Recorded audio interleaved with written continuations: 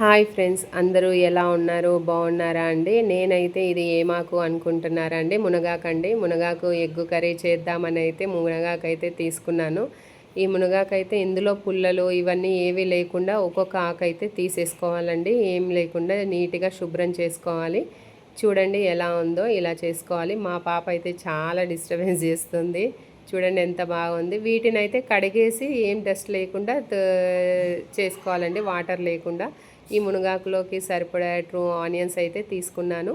Onions cut చేసి పెట్టేసుకోవాలి. మునగాకు శరీరానికి అయితే కావాల్సిన కాల్షియం అంది, ఎముకలు దృఢంగా అవుతాయండి. ఐరన్, ఇతర అంశాలు, ఖనిజాలు కూడా ఎక్కువ మోతాదులో ఉంటాయి. డయాబెటీస్ ఉన్న వాళ్ళు కూడా ఇది ఎక్కువగా ఆహారంలో వారానికి ఒకసారి తీసుకుంటే చాలా చాలా మంచిదండి. నేను ఒక బాండ్ తీసుకొని స్టవ్ ఆన్ చేసేసుకొని ఆయిల్ వేసుకొని అందులో కొంచెం అయితే ఆవాలు వేసాను. ఆ తర్వాత కొంచెం జీలకర్ర, కొంచెం పసుపు అయితే వేసుకోవాలండి. పసుపు వేసుకున్నాక ఆనియన్స్ ఇందులో వేసుకోవాలి. ఆనియన్స్ వేసుకున్నాక ఈ పచ్చి వాసన పోయేంత వరకు ఆనియన్స్ అయితే బ్రౌన్ కలర్ అయ్యేంత వరకు అయితే వేయించుకోవాలండి.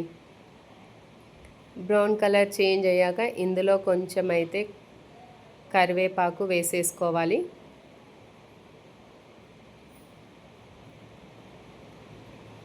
కరివేపాకు వేసుకున్న తర్వాత ఒక 2 మినిట్స్కి మంచిగా మునగాకు కడిగేసుకున్నాక వాటర్ ఏం లేకుండా చూసి ఆ మునగాకు అయితే ఇందులో వేసేసుకోవాలండి.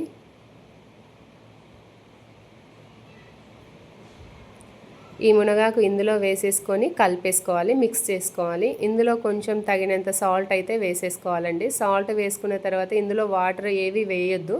ఎందుకంటే మునగాకులో ఉన్న వాటరే అది కొంచెం అబ్జర్వ్ అయ్యి మెత్తగా అయిపోతుంది మునగాకు. ఒక 5 మినిట్స్ అలా మూత పెట్టేసి ఉంచేసుకోవాలి. మూత పెట్టి తీసిన తర్వాత ఒక 5 మినిట్స్ తర్వాత చూస్తే ఇలా అవుతుందండి. అది మునగాకు మెత్తగా అయిపోతుంది. ఇందులో 3 ఎగ్స్ అయితే తీసుకున్నాను. 3 ఎగ్స్ తీసేసుకొని ఇలా పోసేసుకున్నాను. ఆ తర్వాత దీన్నైతే మిక్స్ చేసుకోవాలండి. మిక్స్ చేసేసుకొని ఒక 5 మినిట్స్ అయితే అలా ఉంచాలి. 5 మినిట్స్ ఉంచిన తర్వాత ఇదేంటంటే ఈ ఎగ్ మొత్తము ఈ మునగాకులోకి మొత్తం అబ్జర్వ్ అయిపోయి మొత్తం మిక్స్ అయిపోతుంది.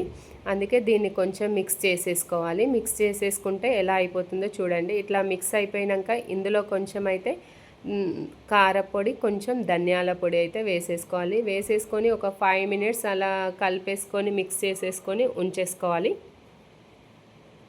5 మినిట్స్ అలా ఉంచేసుకున్నాక వేడి వేడి మునగాకు ఎగ్గు కర్రీ అయితే రెడీ అయిపోతుందండి. ఈ వేడి వేడి మునగాకు ఎగ్గు కర్రీ అయితే రైస్లోకి, చపాతీలోకి అయితే చాలా చాలా బాగుంటుందండి. హెల్త్ కూడా చాలా మంచిది. ఓకేనా ఫ్రెండ్స్, బాయ్ అండి. కామెంట్స్ పెట్టండి, నచ్చితే చేయండి.